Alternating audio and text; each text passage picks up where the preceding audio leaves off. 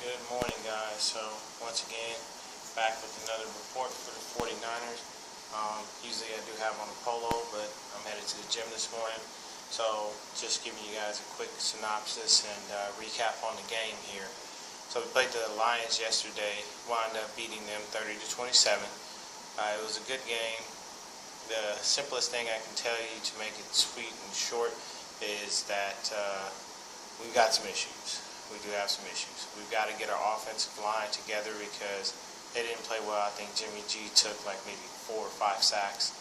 A couple of those could have been avoided by him just breaking the pocket and getting out of there. Once in a while, when he sees the pocket collapse, I saw yesterday as I watched the highlights, I reposted them on my Twitter page. You can follow me at Swifty on Twitter. The thing is that he'll stand there and he just takes a sack. Like, he doesn't even look to move or get out of the pocket or run away.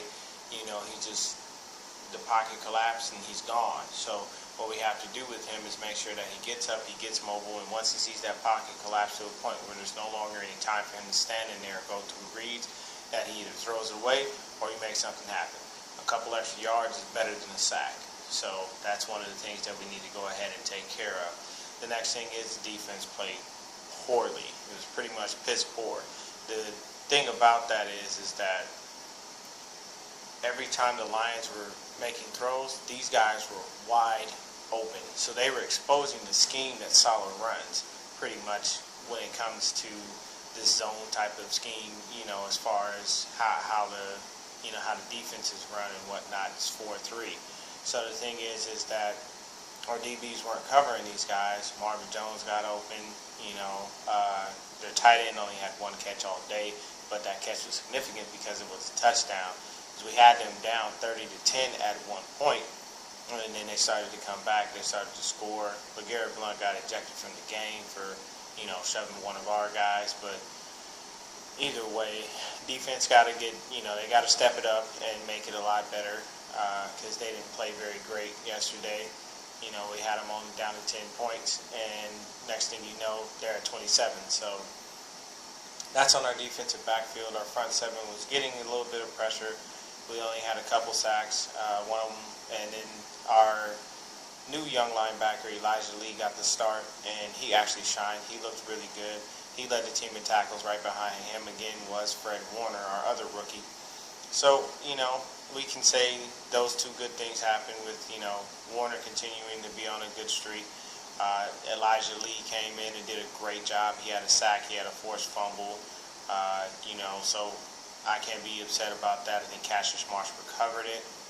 So, the defense is coming together, but as far as our defensive backfield, if they keep playing like that, we're going to be in trouble. So we've got to get it going. On another note, still a good game. Jimmy G started to look great. Matt Breida, the cheetah, he ran all over the place. He had about 128 yards, if I'm not mistaken, and he had a touchdown, a nice long touchdown run. Pierre Garçon was there with the best,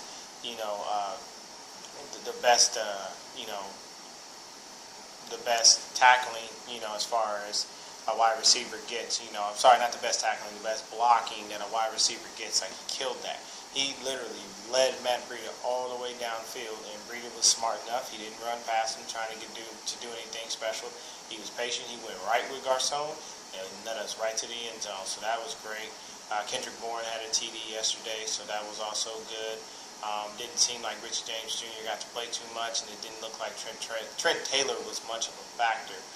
But the good thing is that Garoppolo didn't throw any interceptions. He had a couple of tip balls, but it happens. Defense goes ahead and gets their hands up. Everything's good.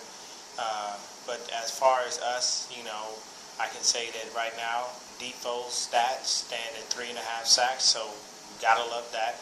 That shows that he's already coming on. He's had 2.5 in the first game. He's got 1 this game. So as long as he continues his streak, with these sacks, they'll start putting him in Defensive Player of the Year talk and continually, be appreciative of the things that he does, and maybe people start talking about him more because this guy is great. The good thing about our next game is that we wind up going ahead and we get Reuben Foster back. So that'll be another beautiful thing for the defense. So we can go ahead and see what's going on with that. I'm going to take a look right now and see who we play next, so we can, so I can give you guys a little synopsis of what I think of that game to come. But I mean, hey, 1-1. Yesterday the Rams just massacred the Cardinals, just beat them down. So that just goes to show you that if you're a Cardinal fan, unfortunately, it doesn't look like your season's going anywhere. And if they keep losing like this, Sam Bradford won't have to injure himself like he always does right around about week 8. He's going to get pulled from the game. They're just going to throw Josh Rosen in there. They'll cut him because they already gave him his guaranteed money. So by the end of the season, I don't predict that he'll wind up being a starter, but that's not about my 49ers, so I can care less.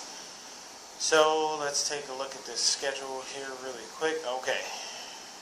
Oh, jeez. All right, guys. I know you guys don't like me to get down on anything at all. I know you don't. I know.